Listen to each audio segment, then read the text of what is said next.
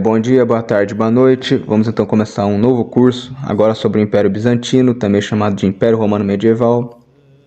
E esse vai ser o curso mais curto de todos, tendo talvez 3 ou 4 vídeos apenas, porque eu pessoalmente não considero o Império Bizantino tão importante assim na história, no sentido de história geral, porque é muito mais importante, por exemplo, a história da Grécia Antiga, do período pré-homérico até o período helenístico, assim como a história de Roma desde a fundação até a queda do Império Ocidental, do que é a história do Império Bizantino. Basicamente, o Império Bizantino ele é uma transição entre aspectos da civilização romana clássica, como o Império no século II, III, e uma sociedade cristã do ápice do feudalismo, como por exemplo a França do século XII, o Sacro Império no auge, etc. O Império Bizantino, então, não é nem o mundo clássico e nem o mundo feudal que estamos acostumados a ver. E por um lado ele é muito interessante, porque nós estamos muito acostumados a, como nós somos descendentes da civilização ocidental, nós estamos muito acostumados a estudar a história mais do Ocidente, por exemplo, história da Itália, da Espanha, de Portugal, da França, do que estamos acostumados a estudar a história do Oriente, como Grécia, Bulgária, Sérvia, partes da Rússia, partes da Turquia, Armênia, Geórgia, etc. Então, o Império Bizantino acaba sendo um estado muito interessante, porque ele é cristão, apesar de, depois da metade da sua história, ele se tornar herético, cismático, com o cisma de 1054, que vai se desenvolvendo lentamente, aos poucos, ao longo dos séculos, onde vai tendo episódios onde surgem tensões religiosas que são resolvidas, depois surgem outras, ora mais violento, ora mais pacífico, mas que já estava começando a romper com a Igreja Católica desde pelo menos o século V. Ele é muito interessante porque ele é a parte da civilização clássica que sobreviveu, se modificou, mas ao mesmo tempo não se modificou o suficiente para se tornar o auge da civilização medieval, com o feudalismo, com as corporações de ofício, com as ordens militares religiosas, etc. E esse curso também é baseado na série de vídeos do professor britânico Sean Gabb. A questão é, por que o Império do Oriente sobreviveu enquanto o do Ocidente caiu para os bárbaros? Bom, para começar, um dos motivos que o Império Romano caiu é que ele entrou numa longa decadência a partir do século II e III e aprofundado no século IV e V por causa de uma crise econômica gigantesca e uma inflação acumulada enorme. Quando Diocleciano reforma as instituições do Império no seu reinado de 285 a 304, ele transforma o gigantesco estado de bem-estar social romano numa monarquia hereditária de direito divino com características proto-feudais. A burocracia e os impostos romanos continuam a crescer sob seu reinado e sob de seus sucessores, e todos os imperadores vão continuar expandindo esse aparato burocrático e aumentando barbaramente o Estado e os impostos romanos. No entanto, nas várias divisões entre Ocidente e Oriente que aconteciam ao longo do tempo, o imperador do Oriente Valente, que governou de 364 a 378, reduziu em 1/4 os impostos do Oriente. O governo oriental a partir de Valente era um governo civil e reduziu o tamanho de suas forças armadas e confiava na sua diplomacia cada vez mais elaborada para garantir a sua defesa. Eles subornam os bárbaros, não enviam exército contra eles e subornam para eles lutarem uns contra os outros. O leste prospera tanto que em uma geração o governo imperial em Constantinopla estava baixando impostos e abolindo impostos. Constantinopla tinha uma posição extremamente estratégica para o comércio e para a defesa, além de poder controlar o mar Mediterrâneo de lá. Pela primeira vez, os gregos educados se sentiram obrigados a aprender latim, mas o grego cada vez mais se torna a língua usada pelo governo oriental. A língua grega se espalha para áreas rurais da Ásia Menor pela primeira vez por causa dos missionários ortodoxos. No ano 500, o Império era uma nação de cristãos ortodoxos gregos com apêndices semíticos, como o Egito e a Síria. Vamos dar uma olhada geral agora nos primeiros imperadores orientais, antes da ascensão do famoso Justiniano. O primeiro imperador oriental é Arcádio, filho de Teodósio I, que reina de 395 a 408. Ele era muito novo e não fez praticamente nada, e quem governa de verdade era um tal de Rufinus, que era da Gália e não falava bem o grego. Depois temos Teodósio II, que governou até 450, mas que também não fez praticamente nada e passava boa parte do seu reinado rezando, e no máximo ele subornou os hunos para não atacar o seu império. Depois temos Marciano, que governa até 457, sendo sucedido por Leão I, que governa até 474. Em 473, Leão II foi nomeado co-imperador de Leão I, que morre um ano depois. Leão II assume em janeiro, mas governa apenas até novembro, e Zeno é nomeado co-imperador e assume após a morte de Leão II. Em janeiro de 475, Basilisco é nomeado imperador oriental por sua irmã, em oposição a Zeno, e tomou Constantinopla. Em agosto de 476, Basilisco é deposto por Zeno e aprisionado até morrer de fome. Zeno governa até 491 e depois assume Anastácio I, conhecido por seu reinado extremamente pacífico e que governou até 518. Agora entra na jogada a dinastia Justiniana, com Justino I governando de 518 a 527 e Justiniano assumindo em 1 de abril de 527. Esses imperadores da dinastia leonina não fizeram grandes guerras, acabaram com a dependência de mercenários bárbaros para a defesa do império e promoveram mais de um século de expansão econômica constante e continuidade cultural. As províncias ao sul do Danúbio nunca estavam completamente seguras e as da Grécia também. No entanto, os hunos fazem um estrago considerável no império, apesar de bem menor que no Império do Ocidente. Em abril de 395, eles lançam um ataque gigantesco na Pérsia e no Império Oriental e são derrotados nas batalhas de Ctesifonte e Antioquia em julho. Em fevereiro de 407, eles saqueiam a Trácia. Em junho de 425, eles conquistam a Panônia e só vão sair em outubro de 427. Em abril de 433, algumas partes da Panônia são cedidas aos hunos. Em março de 434, eles invadem a Trácia e recuam em 435. No começo de 440, eles atacam o Império do Oriente e só saem em março de 441. Em abril de 447, eles novamente invadem o Império Oriental e derrotam os romanos na Batalha de Urus, em agosto. Em julho de 447, Teodósio II concorda em pagar tributo aos hunos, criando uma zona tampão. Nesse período surge outra grande heresia do cristianismo, que é o monofisismo. A pergunta é: se Cristo é de uma substância divina, mas encarnado em carne, qual foi a natureza precisa dessa encarnação? Você tinha os dois extremos, que eram o nestorianismo e o monofisismo. O nestorianismo acreditava que Cristo tinha duas naturezas, humana e divina, que eram como duas pessoas distintas, unidas apenas moralmente. Já os monofisitas acreditavam que Cristo só tinha natureza divina. Então, para eles, Cristo não encarnou como um ser humano, mas como uma projeção de um ser divino. O Concílio da Calcedônia, em 451, tomou uma visão bem mediana, que era a visão do Papa Leão I, em que Cristo é duas substâncias unidas em uma única pessoa. O Egito e a Síria eram predominantemente monofisistas, enquanto o resto das províncias bizantinas seguiam o Concílio de Calcedônia. O nestorianismo estava restrito ao território persa, na região da Mesopotâmia. Para combater esse problema, o imperador Zeno cria em 482 a Renoticon, que é uma política de basicamente ignorar o Papa e ignorar a exigência de ter um concílio ecumênico antes que haja qualquer mudança na doutrina. Então o imperador, agindo unilateralmente, condena tanto o nestorianismo quanto o monofisismo, e ainda emite uma lei proibindo a discussão sobre esse assunto. O Papa denuncia isso, e os hereges da Síria e Egito também, e o Papa excomunga o patriarca de Constantinopla. No entanto, Zeno e Anastácio têm prestígio e força suficiente para fazer do jeito deles.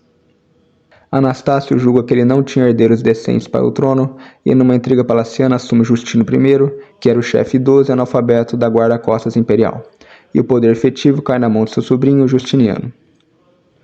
Justiniano começa uma perseguição à heresia monofisita na Síria e no Egito e tiveram 4 gerações de paz civil em seu reinado. Flávio Pedro Sabástio Justiniano nasceu em 482 nos Balcãs, que na época era uma área onde predominava falantes de latim. Ele nasceu meio que na classe média da época, teve uma boa educação e provavelmente foi o último governante que a língua nativa era o latim. Justiniano é um personagem muito controverso na história, onde alguns falam que ele é um herói que reconquistou parte considerável no Império Ocidental e outros falam que tudo que ele fez foi um desastre. Ele foi o mais notório comissário de edifícios de toda a história do Império Bizantino e a Igreja de Santa Sofia foi feita no seu reinado. Ele presidiu uma época de grandeza literária do Império, como escritores como Procópio, Agácio, entre outros. Ele consolidou o direito romano, reconquistou as áreas mais ricas e mais populosas do Império Ocidental, ele define o padrão de relações entre Igreja e Estado para o resto da história do Império, e continuou ou estendeu uma política de seletiva fortificação e subsídios para a defesa do seu Império. E no fim, Justiniano morreu sozinho e amargurado, com o Império queimado e vulnerável. No entanto, merece destaque também Teodora, a mulher de Justiniano, que também reinou com ele. Ela nasceu em 497 em Constantinopla, uma cidade com 500.000 de habitantes na época. Ela nasceu numa família de artistas, filha de Acádio, dono de uma cervejaria no hipódromo, e vira órfã com 12 anos. Ela cresce como uma pagã, mas o paganismo não era nem de longe uma preocupação naqueles tempos, como eram as heresias do cristianismo. No História Secreta de Procópio, publicado em 560, ele explica que Teodora era um pouco melhor que uma prostituta, dançando quase nua no hipódromo, se divertindo de uma maneira que Procópio considera beirando obsceno. Depois de 518, Teodora é notada por Justiniano, que se apaixona profundamente por ela e se casa com ela. Justiniano é o primeiro grande eu vou te tirar do cabaré da história. No entanto, havia uma lei da época de Augusto que proibiu o casamento entre senadores e atrizes. Mas Justiniano consegue prevalecer sobre seu tio e consegue mudar a lei. Com isso, os dois são coroados juntos em 527 como imperador e imperatriz. Apesar de ser uma governante ótima em tudo que fazia, Teodora era monofisita e ela garante que as leis de Justiniano não sejam cumpridas. De acordo com Edward Gibbon, no seu Declínio e Queda do Império Romano, ele mostra que, abre aspas, o nome de Teodora figura com igual distinção em todas as iniciativas piedosas e caritativas de Justiniano. As instituições mais benevolentes de seu reinado podem ser atribuídas à simpatia da imperatriz por suas irmãs menos afortunadas que haviam sido seduzidas ou compelidas a decidir-se ao ramo da prostituição. Um palácio no lado asiático do Bósforo foi convertido num espaçoso e imponente mosteiro e um generoso sustento garantido a 500 mulheres recolhidas das ruas e bordéis de Constantinopla. Fecha aspas. Teodora distribuía generosas esmolas às igrejas, mosteiros e hospitais. Ela persuadiu Justiniano a não se desesperar durante a revolta de Nica, em 532, mas a permanecer firme. Logo quando Justiniano assume, ele aumenta os impostos e a distribuição gratuita entre aspas de alimentos, milho, azeite, carne de porco, etc. é cortada e o preço de entrada nas casas de banho é aumentado. Ou seja, a clássica política governamental de aumentar impostos e cortar gastos para financiar uma guerra, que era a reconquista do Mediterrâneo. Isso causa impopularidade imediata. Em 532, as facções azuis e verdes do circo se unem e começam um motim, que começa no hipódromo, com um conjunto de exigências ao imperador. Eles queriam que João da Capadócia fosse removido do posto de chefe das finanças e queriam outras reformas. Justiniano meio que diz que vai pensar nisso e esse motim se espalha para todo o coração cerimonial de Constantinopla. Eles demandam a demissão de ministros impopulares e exigem a abdicação de Justiniano em favor dos sobrinhos de Anastácio. Justiniano estava pronto para abdicar quando Teodora entra na jogada e faz um discurso que encoraja Justiniano, que chama seu amigo militar Belisário, que lidera um pequeno exército no hipódromo e inicia um massacre onde talvez 30.000 pessoas podem ter morrido. No transtorno, a principal igreja da cidade foi destruída e grandes partes do centro de Constantinopla são queimadas e destruídas. A nova igreja construída, a Catedral de Santa Sofia, é construída com pedaços retirados de monumentos pagãos de Éfeso e Antioquia. Teodora também persuadiu Justiniano a tomar uma linha firme contra a subordinação e providenciou para que o Papa Silvério fosse deposto em 537 por conspirar com os godos. Até que, por fim, em 548, ela morreu de câncer e a perda irreparável foi deplorada pelo marido, que encontrou no quarto de uma prostituta do teatro a mais pura e nobre virgem do Oriente. Após sua morte, nova legislação imperial torna-se rara, um possível sinal de seu papel ativo no governo. Mas calma que a história de Justiniano ainda não acabou. Os persas também tinham tido um bom século V e estavam prontos para a guerra. O Império Bizantino não tem ambições territoriais no leste, mas os persas há muito tempo queriam uma saída para o mar Mediterrâneo. A Pérsia tinha várias comunidades cristãs que eram os hereges nestorianos, o que é útil para trabalhar com os nestorianos da Síria. A guerra estoura em 527, logo quando Justiniano assume, e dura até 532. Há vitórias e derrotas nos dois lados, a guerra fica meio que inconclusiva e Justiniano concorda em comprar a paz com subsídios em ouro para que ele possa começar sua aventura no oeste. No norte da África, os vândalos governam seu reino desde 435 e em 530 os bizantinos reconheceram seu reino como um reino independente. No entanto, em 533, Justiniano começa a atacar o reino vândalo e o conquista rapidamente em 2 anos, em poucas batalhas e pouco derramamento de sangue, com a ajuda do famoso general Belisário. E tudo isso se paga com as receitas fiscais da África, que agora eles tinham acesso. Na Itália, quem governava era Teodorico o Grande, que reinava o reino ostrogótico.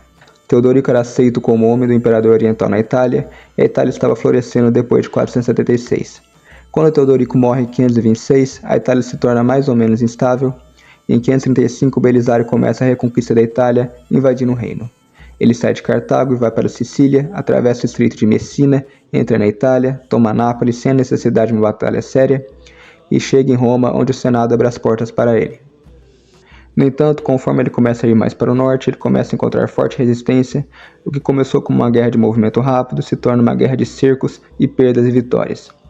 Roma é conquistada e depois perdida 5 vezes por cada lado, entre 536 e 552. Quando os bizantinos encontram Roma em 536, eles encontram uma Roma próspera, populosa, com senado e com todos os edifícios intactos. Mas quando eles encontram Roma em 552, a cidade queimada, a população nesses 20 anos caiu de cerca de 1/3 de milhão para somente 30 mil, todos os aquedutos foram cortados, todo o senado tinha sido feito prisioneiro pelos godos e massacrados, e todas as bibliotecas da cidade foram destruídas. Tanto no norte da África quanto na Itália, os bizantinos não eram vistos como libertadores do povo romano oprimido pelos bárbaros. No entanto, não podemos culpar somente Justiniano por sua política expansionista, nem os abusos de Belisário e Narses. O ano de 536 foi um ano sem verão, onde as colheitas falham em todo o mundo mediterrâneo, os rendimentos podem ter sido baixos por vários anos. Alguns afirmam que foi pela queda de um asteroide, provavelmente no hemisfério sul, que levantou poeira para a atmosfera. A teoria mais aceita é que foi um vulcão na Islândia que entrou em erupção, e isso escureceu o céu por 18 meses. As temperaturas no verão caíram cerca de 1,5 a 2,5 graus Celsius, e de 536 a 545 teve a década mais fria registrada em 2000 anos, onde as colheitas falharam na Irlanda, Escandinávia, Mesopotâmia e China. Em 540 a 541 ocorre uma segunda erupção vulcânica, onde as temperaturas do verão novamente caíram de 1,4 a 2,7 graus Celsius. Esses eventos climáticos podem ter desencadeado uma grande migração de ratos pretos, que são nativos da Ásia Central Oriental, para o sul. Eles migraram para a China e eles traziam pulgas que carregavam um certo micro-organismo chamado Yersinia pestis. Essa peste bubônica ocorreu primeiro na China e pela Rota da Seda chegou em Constantinopla, e de acordo com Procópio, a peste matava cerca de 10 mil pessoas por dia, todos os dias por 100 dias. Você pode descartar esse número, porque senão teria matado toda a população de Constantinopla, que era cerca de 500 mil. De acordo com estudos epidemiológicos modernos, sabemos que geralmente uma pandemia se comporta em uma curva de contaminação que se assemelha a um sino, com um grande crescimento, um pico, e depois cai bruscamente e se mantém baixa por um longo tempo. No entanto, algumas informações deixadas por Procópio parecem verdadeiras, como a que tinha tantos corpos que não tinha onde enterrar todos, e alguns eram deixados em barcos para o mar carregá-los até onde pudesse. O próprio Justiniano pegou a praga, e é por isso que a pandemia é conhecida como a praga de Justiniano, mas ele não morreu dela. A praga pode ter matado cerca de 40% da população do Mediterrâneo. Muitas cidades foram abandonadas pelos próximos 3 séculos. A praga não foi de uma vez, mas teve surtos ao longo dos próximos séculos, apesar de não com a mesma força que o primeiro. Houve fomes no Império Bizantino em 542, 545 e 546. A Itália ficou basicamente um descampado até cerca do ano 1100 e as fronteiras do Danúbio colapsaram. Pior ainda, isso aboliu uma certa balança étnica nas cidades sírias e egípcias, ilhas do grego e um mar semítico desde as conquistas de Alexandre o Grande no século IV a.C. Os gregos foram empurrados abaixo da massa crítica necessária para manter a dominação urbana e a hegemonia ortodoxa e, portanto, a lealdade do império. A partir desse momento, oficiais sírios e egípcios foram autorizados a usar línguas nativas como o copta e o aramaico. Há evidência de prosperidade repentina nos distritos agrícolas sírios, mas os efeitos gerais da pandemia foram catastróficos. Não foi culpa de Justiniano, mas suas políticas fizeram qualquer tentativa de mitigação dos danos ser impossível. Talvez se ele tivesse lançado suas expedições de reconquista uns anos depois, muito do dano poderia ter sido evitado, mas não tinha como ele saber e muito menos nós jamais saberemos. Justiniano morre em 565, com 83 anos, sozinho e obcecado com disputas teológicas que ele era incapaz de liquidar. Ele suspeitava que Belisário estivesse conspirando contra ele, então ele o prende, o priva de todos os seus bens, ele é cegado e jogado às ruas, onde foi guiado pela sua própria filha, implorando por centavos no mercado. A única coisa que Justiniano consegue fazer para se defender de seus vários inimigos é suborná-los pela diplomacia e aumentar os impostos ainda mais para financiar a defesa. Com o império fraco e não sustentável a longo prazo, começam a surgir outros inimigos poderosos contra os bizantinos. O primeiro desafio deles são os ávaros, que eram tribos nômades da Ásia Central, muito parecido com os hunos. Em primeira instância, Justiniano pensa em usá-los contra seus inimigos, mas os ávaros já estavam atacando a Europa Central e Oriental, mas são parados quando enfrentam uma forte resistência na Germânia, que ainda eram bárbaros. Depois que o Justiniano morre, os ávaros começam a atacar o Império a partir de 580, e nos próximos 40 anos eles são capazes de se mover à vontade nas províncias do Danúbio, devastando tudo, chegando até Atenas e Corinto, tomam Atenas e saqueiam a cidade, e queimam várias outras cidades menores, bem menos defendidas na Grécia. Os ávaros chegam nos muros de Constantinopla, mas é claro que eles não conseguem invadir, e os bizantinos têm que suborná-los para eles saírem. Eles fundaram o Grão-Kanato Avar em 587, que durará até 804, quando são conquistados pelo Império Carolíngio. Por causa deles, o grego sumiu da Grécia por um longo tempo, só ressurgindo por volta do ano 800. Também temos a ameaça dos lombardos na Itália, que vão formar seu reino no norte e parte do centro da Itália, e o resto vai ficar nas mãos dos bizantinos. O novo imperador bizantino era Justino II, sobrinho de Justiniano. A esposa de Justino manda uma carta a Narses, insultando-o, que acompanha uma carta de demissão de Justino. No entanto, a esposa dele tinha insultado Narses por ser eunuco, falando que ele seria bem-vindo em Constantinopla, fiando tecidos. Então Narses, que já tinha 90 anos, chama os lombardos para invadir a Itália. Então os lombardos devastam a Itália, queimando os mosteiros, e os gritos das freiras estupradas e o silêncio de cidades queimadas era comum naquele período. No entanto, isso foi a conquista, e em poucas gerações, os lombardos absorvem a cultura local e se misturam, fazendo a sua cultura germânica se dissolver nas culturas romanas e cristãs. O reino lombardo dura de 568 até 774, quando são conquistados pelos francos. Os lombardos eram pagãos, mas logo se converteram ao arianismo e depois ao catolicismo por volta de 650. Na década de 660, o imperador Constante II aparece com um exército com a ideia de reconquistar a Itália, mas os italianos ficam do lado dos lombardos. Constante II então entra em Roma, conversa com o Papa, depois vai para Sicília, onde é assassinado numa intriga palaciana. Temos também tensão interna no Império, e Justino II não estava pronto para governar um império daquele tamanho. Então, em 572, ele abdica e dá lugar a Tibério II, que é um imperador militar decente, mas a sua ideia de defesa do império é partir para a ofensiva e não esperar que os bárbaros atravessem o Danúbio e ataquem o império. No entanto, Tibério II morre em 582, supostamente de intoxicação alimentar, e assume Maurício. Maurício também era um general e governante capaz, mas o império precisa de um exército muito maior do que ele consegue pôr em campo de batalha. O que Maurício faz é cortar a folha de pagamento do exército em 1/4 para economizar dinheiro. Em 599, alguns de seus soldados são feitos prisioneiros pelos ávaros, só que Maurício não tinha dinheiro para pagar o resgate, ele se recusa a pagar, e os prisioneiros de guerra são mortos. Em 602, ele ordena que seus exércitos entrem em quartéis de invernos ao norte do Danúbio, e novamente ele faz isso para economizar dinheiro. No entanto, os soldados estavam cansados dele e fazem um motim e matam ele em 602 e colocam Focas como o novo imperador. Flávio Focas Augusto massacra toda a família de Maurício e passa os próximos dias caçando e assassinando o parente de Maurício. Focas aparece em Constantinopla em 602 e começa um reinado de terror e promete aumentar o salário dos soldados, mas para isso ele teria que massacrar a rica aristocracia senatorial. Na Pérsia, o rei Corzoé II, que governou de 591 a 628, que tinha retomado o trono da Pérsia com a ajuda de Maurício, em 604 ele declara guerra ao Império Bizantino como forma de honrar Maurício. Ele invade as províncias orientais do Império e rapidamente toma a Mesopotâmia e a Síria Oriental. Focas e seus generais colocam todas as forças que podem na Síria e na próxima década uma longa guerra perdida para os persas. Focas não tinha problemas com o Ocidente e tinha boas relações com o Papa e concede ao Papa o título de Bispo Universal e entrega o Panteão Romano para a consagração pela Igreja. Mas em 610, o governador da África, Heráclio o Velho, envia uma frota para dar um golpe contra Focas e é bem sucedido, e seu filho, também chamado Heráclio, é proclamado o novo imperador, fundando a dinastia heracliana. Focas é assassinado e todos os seus registros são cuidadosamente apagados dos registros públicos.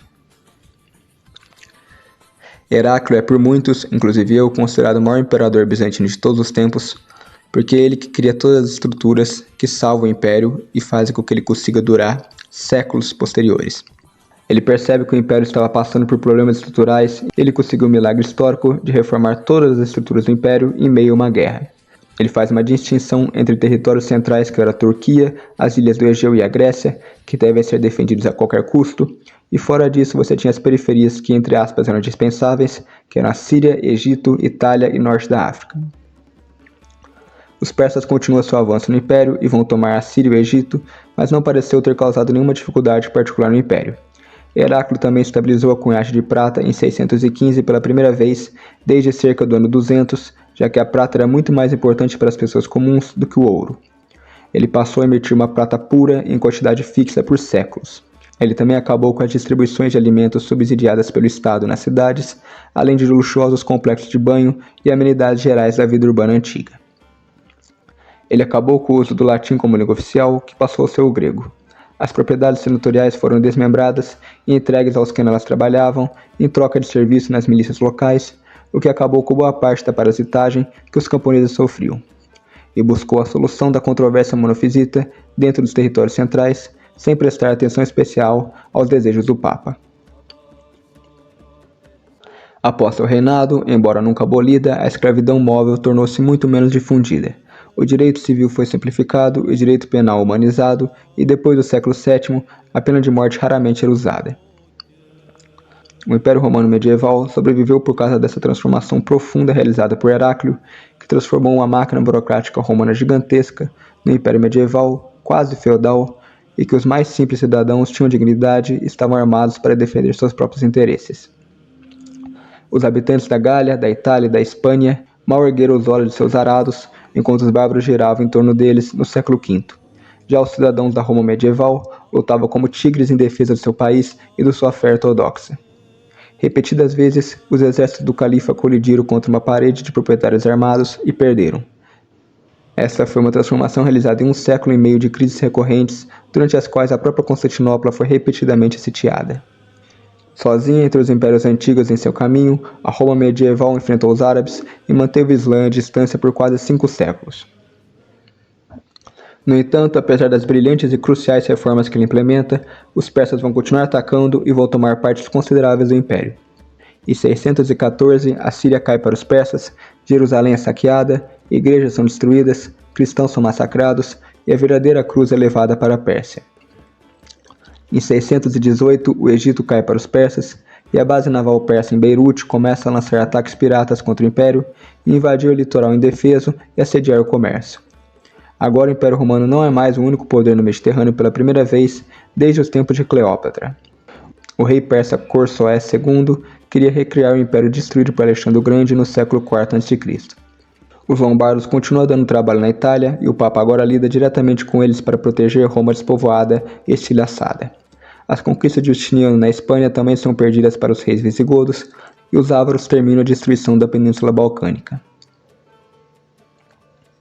O Império Bizantino estava como os soviéticos em 1941 e 42, tendo massivas derrotas, mas mantendo os territórios centrais e reconstruindo suas forças em um território fora do alcance do inimigo. Em cerca de 620 e 621, a Igreja entrega a totalidade da sua vasta riqueza. Com 300 anos de dote sendo cunhado em moedas, o imperador começa a criar um novo exército. Esses exércitos são um exército de gregos cristãos de fé ortodoxa que lutam pela sua propriedade e pela sua fé. Em 622, Heráclio sai de Constantinopla com esses novos exércitos, mas ao invés de ir direto ao encontro com os persas, o que ele faz é ir para o leste, até a Armênia e desce para o sul, pegando os persas de surpresa e inflige uma série de vitórias avassaladoras sobre os persas. Ele chega até Ctesifonte, a capital persa, e o império colapsa, também por causa de 20 anos de guerra. Em 623, Heráclio tem outra grande vitória na Armênia, onde toma rota indireta para o Império Persa. Em 626, uma aliança persa-avar faz uma facada repentina em Constantinopla, mas Heráclio não presta atenção, permitindo que o patriarca supervisione a defesa bem-sucedida. Em 627, Heráclio ganha a decisiva batalha de Nínive e Corsoés II é capturado por seu filho Cavades II e torturado até a morte e seu corpo é despejado. Heráclio então impõe uma paz com a Pérsia, restaurando as fronteiras de 602, e em 628 ele entra triunfante em Jerusalém, restaurando a verdadeira cruz. Heráclio é definitivamente o melhor imperador bizantino disparado. Ele é considerado o novo Alexandre o Grande, com o Papa e os lombardos mandando parabéns. No entanto, há alguns problemas que ficam depois das conquistas persas momentâneas. A Síria e o Egito eram agora dominadas por hereges falantes de línguas semíticas, e Heráclio recebe uma carta de Maomé em Jerusalém. Essa carta dizia algo como: Caro Heráclio, muito parabéns por ter derrotado os persas. Deixe-me, no entanto, falar sobre minhas últimas revelações dadas a mim pelo arcanjo Gabriel, e eu realmente peço que você me leve a sério e me aceite como seu líder religioso. Era ninguém menos que o próprio Maomé, que morreu em 632, 4 anos depois. Não precisamos nem falar que o próximo grande problema dos bizantinos pelo resto da sua história são os muçulmanos. Em 634, os árabes convertidos ao Islã marcham para a Síria. No mesmo ano, os ávaros tomam parte considerável dos Balcãs e chegam até tomar parte da Grécia em 637. Em 637, a Síria e Jerusalém é conquistada pelos muçulmanos. Em 644, o Egito é perdido pelos muçulmanos. Até 674, os muçulmanos vão ter conquistado quase todo o norte da África bizantino, tirando Cartago e alguns territórios em volta.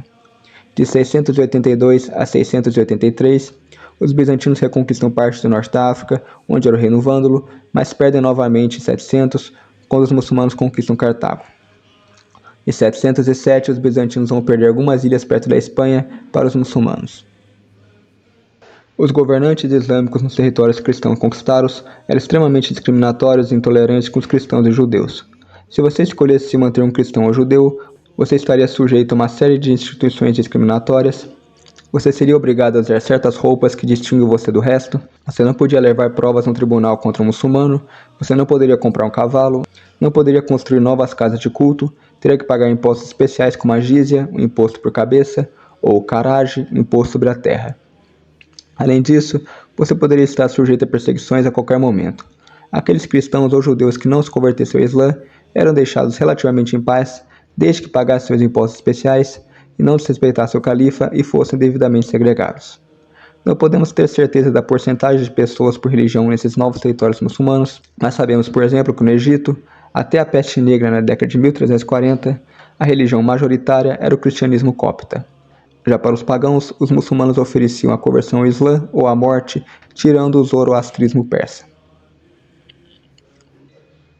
Heráclio acaba morrendo em 11 de fevereiro de 641, com 65 anos, após um longo reinado de 31 anos, onde ele reestruturou completamente o império e obteve vitórias decisivas contra os persas. Sem sombra de dúvidas, ele foi o maior imperador bizantino de todos os tempos e foi muito respeitado em seu tempo de vida. Quem assume é seu filho Heráclio Constantino, mas que governou só até 25 de maio, porque morreu de tuberculose.